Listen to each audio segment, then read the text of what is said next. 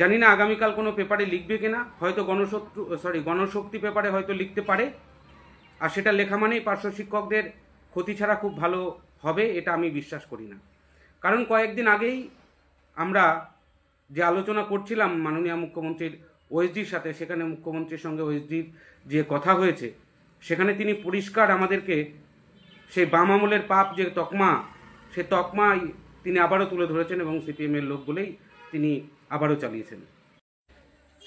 প্রিয় সাথী, পার্শ্ব শিক্ষক ঐক্যমঞ্চের পক্ষ থেকে সকলকে জানাই সংগ্রামী অভিনন্দন।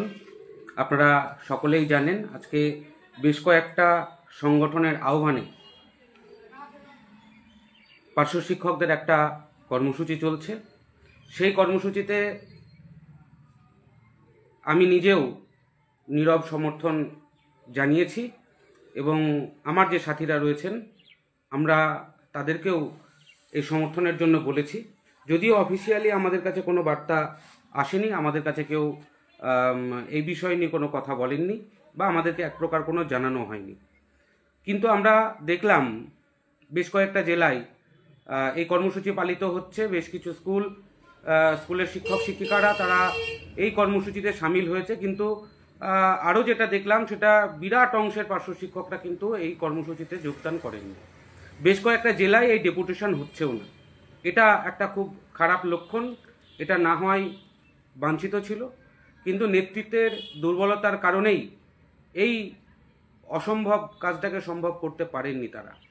আমরা দেখলাম কয়েকদিন আগেই ঘোষণা হয়েছে, অথচ এখনো পর্যন্ত এই কর্মসূচিটাকে কোনোরকমভাবে মিডিয়া হাইলাইট করানো সম্ভব হয়নি। কোনো ইলেকট্রনিক্স মিডিয়া নয়, কোনো প্রিন্ট মিডিয়া নয়, এখনো পর্যন্ত। জানি না আগামীকাল কোনো পেপারে লিখবে কিনা, হয়তো গণশক্তি পেপারে হয়তো লিখতে পারে। আর সেটা লেখা মানেই পার্শ্ব শিক্ষকদের ক্ষতি ছাড়া খুব ভালো হবে এটা আমি বিশ্বাস করি না।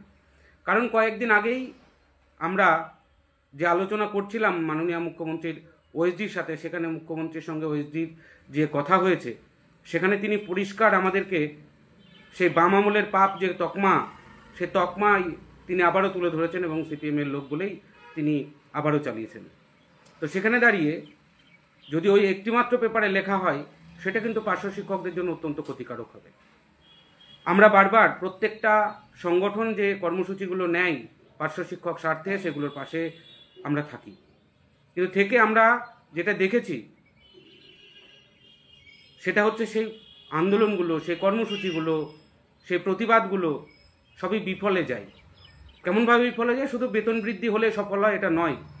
যে কোনো কর্মসূচি আমরা যদি সাধারণ মানুষের মধ্যে প্রবেশ করাতে না পারি, যদি আমরা সংবাদ মাধ্যমকে অ্যাক্টিভ করাতে না পারি, মিডিয়া হাইলাইটের মাধ্যমে যদি আমরা একদম প্রত্যন্ত অঞ্চল পর্যন্ত কোনো কর্মসূচির সংবাদ পৌঁছে না দিতে পারি, সেটা ব্যর্থই হয়। শুধুমাত্র আমাদের দাবি সরকার মেনে নিল সেটাই সফল, এটা নয়। কিন্তু যে কোনো আন্দোলন জনসমর্থন না পাওয়া পর্যন্ত সেটা ব্যর্থ। তো সে বিষয়ে আমরা দেখেছি গত 12ই মার্চ এই বঞ্চিত মঞ্চ নামে একটা মঞ্চ দিয়ে নামকরণ করে তাদের প্রথম একটা সভা হয়েছিল বিকাশ ভবনের সামনে।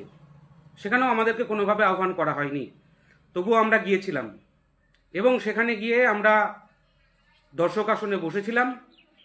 সেখানে মাইকে বারবার আমাদেরকে অপমানিত করার জন্য বিভিন্ন রকম ঘোষণা ছিল। সেগুলো আপনারা ওখানে যারা উপস্থিত ছিলেন তারা শুনেছেন, তারা জানেন। এমনকি মিডিয়াকেও, যদিও কোনো মিডিয়া ওখানে যায়নি, একটাই মিডিয়া গিয়েছিল, তাদেরকেও বারণ করে দেওয়া হয়েছিল নাম উল্লেখ না করে আমাদের যেন কোনো বাইট না নেওয়া হয়। তা সত্ত্বেও আমি তাদেরকে বাইট দিতে বাধ্য হয়েছিলাম তাদের আহ্বানে। সেটা নিয়ে অনেক কথা শুনেছি, অনেক কথা এসেছে। তারপরে আমরা দেখেছেন যে একটা ফোরাম তৈরি করেছিলাম, যে ফোরামে সরকারপন্থী সংগঠন সহ প্রায় সমস্ত সংগঠনই সেখানে সামিল হয়েছিলাম।